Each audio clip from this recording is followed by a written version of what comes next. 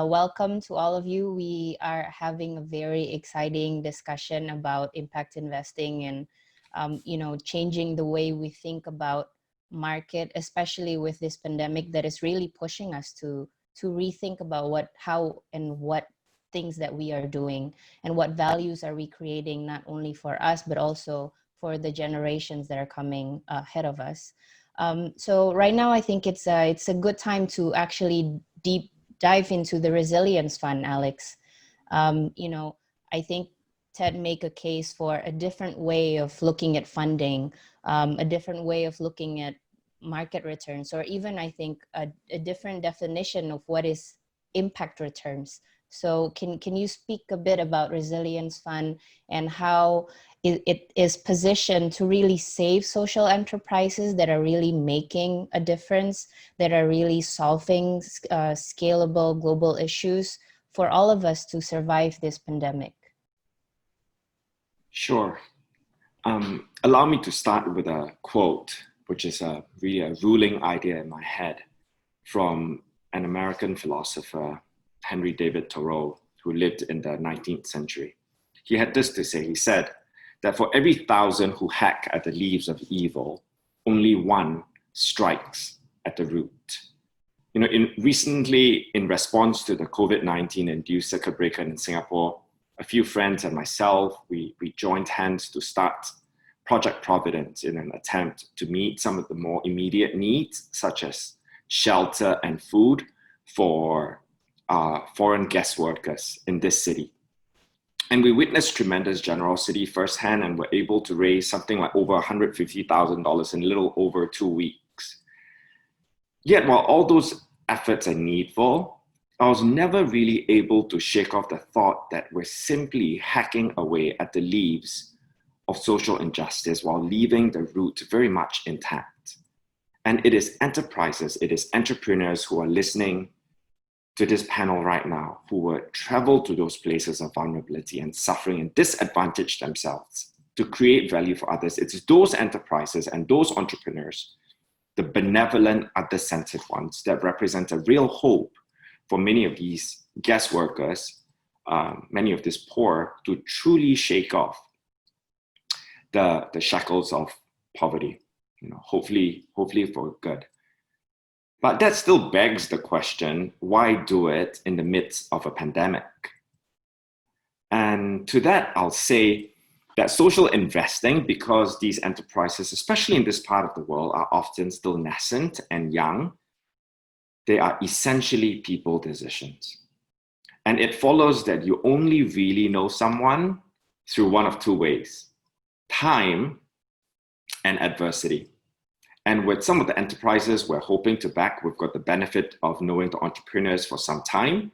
And for others, there is the current adversity and the response to adversity that will help us to make better people decisions. So we don't just want to talk about these ideas as theories. We recognize that during this time when the economy is shuttered, there's a very real need for tangible support. And it is the reason, and just applause to the leaders, the founders of TBN, to willing to put into action this whole idea of resilience program.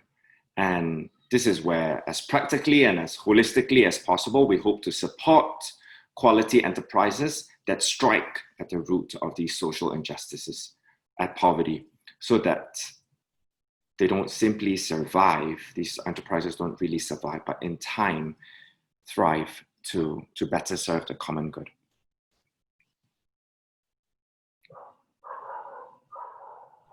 So I think we can all see in our screen here of what the resilience program is.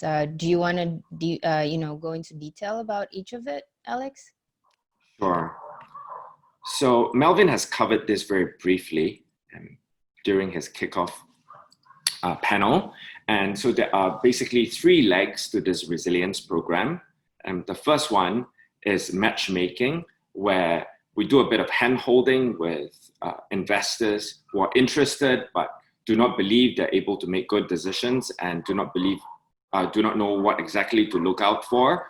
So we come between the funders, the investors, and the enterprise, hopefully those that we've had time and opportunity to journey with, and make these recommendations and some of these legal documentation, all of that.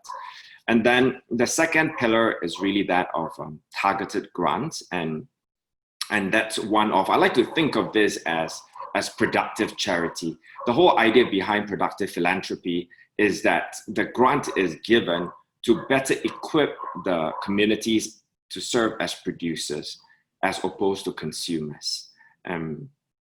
So this could come, for example, yesterday I was speaking with Tamara, and she works with some refugee women, and they simply needed a little machine to print on t-shirts so that they can fulfill some of these corporate orders. And that machine doesn't cost a lot of money. It's $1,000 Sing dollars.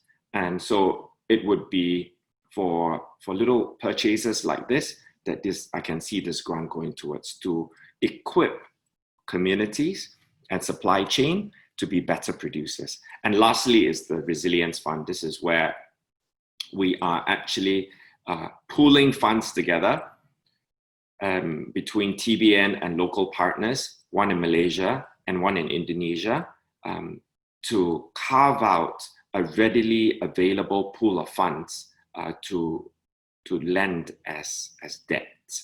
And the whole idea behind this is we want to lend it at a rate that is lower than market rates, but we want to really put our money where our mouth is so that the entrepreneurs can really go for impact. But at the same time, we recognize that trust that we put in them still needs to be well placed, especially for the sake of investors.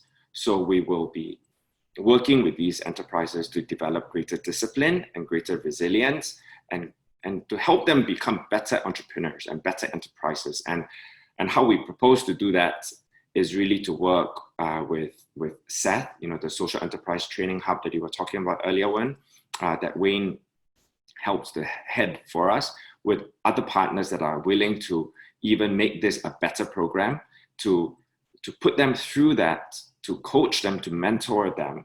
At the same time, we're making capital available so that we try to, as holistically as possible, really tackle some of these challenges that we find ourselves in.